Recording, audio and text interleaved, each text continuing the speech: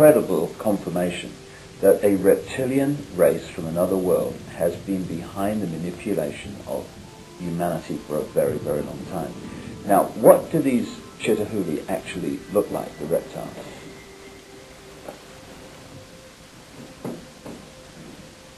I'm not a good artist. You're better than me, that's for sure. But this is how we believe the Chitahuli looks like. They were created in this. You see, sir, you white people say that there are alien beings on this earth. No, you are wrong. The earth in which we live has produced 24 different races during its long existence. Please, this is how a Chitahuli looks like. It stands about 11 feet high.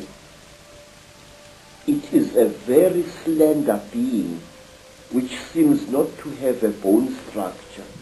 Its fingers have no joints. They are more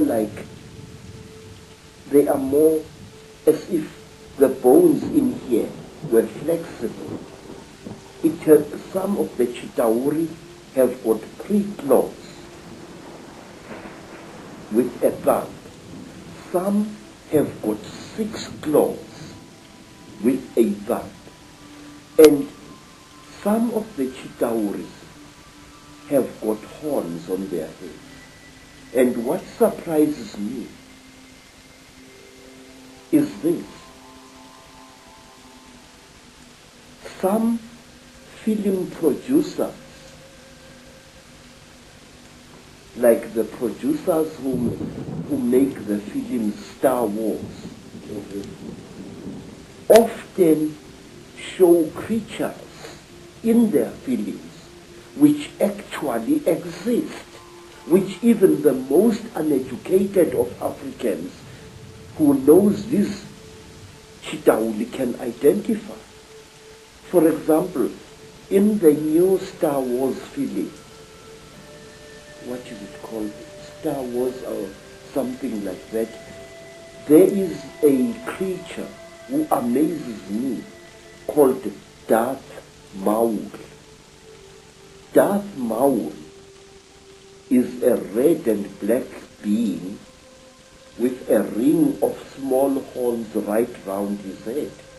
That is exactly what the Chitahuli look like. Some have got ordinary heads without any horns on their heads. These are the lesser Chitahuli.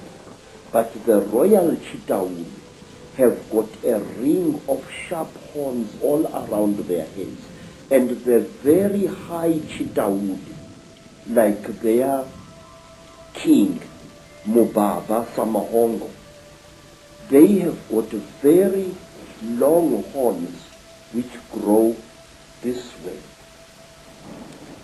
Not that way like a bull, but this way like certain antelopes. Now, I just wonder where these film producers get their information. And in one strange film, which my student called me to come and watch, the thing called Stargate 2. Mm-hmm. And in that film, there was a creature, a very slimy, cream-colored creature with heavy wrinkles on its face. It was a spitting likeness of Mubaba Samahongo, the terrible emperor of the Chitahuli. Well, clearly there's a tremendous amount of knowledge of what's been going on and what is going on, which comes out symbolically through films and areas of communication like Hollywood. But the thing that totally stunned the more I talk to you about this is because I've been all over the world having people give me descriptions of seeing reptilian-type figures, particularly people in positions of power in the world, changing into a reptilian figure and coming back again.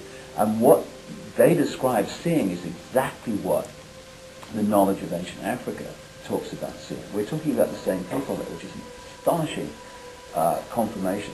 And the eyes is something that keeps coming up being described. Tell me about the eyes of the Chitahuri. Say, a warrior Chitauri has got eyes like a snake. These eyes are yellowish with split pupils and they glow in darkness.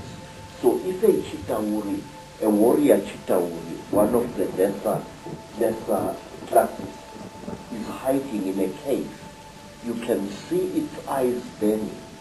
But a royal Chitauri has got 3 eyes.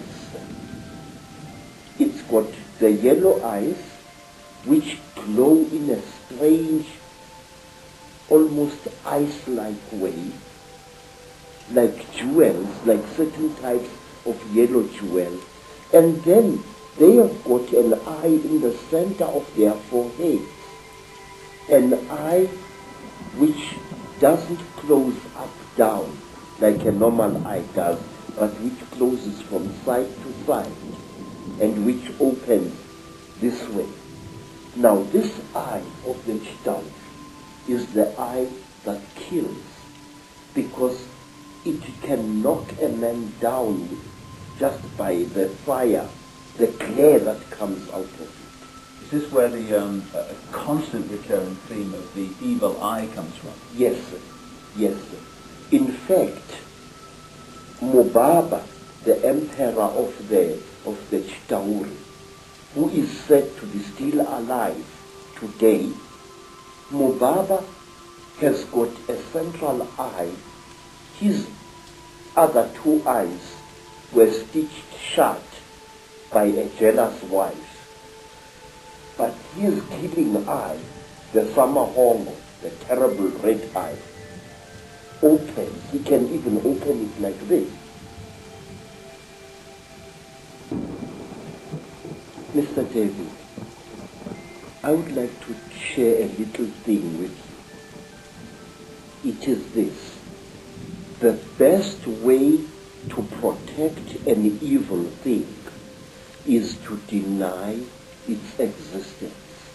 And if you talk about things such as the Chitauri, if you talk about things such as the Mandinda, there are many people who say to you, rubbish, this thing does not exist.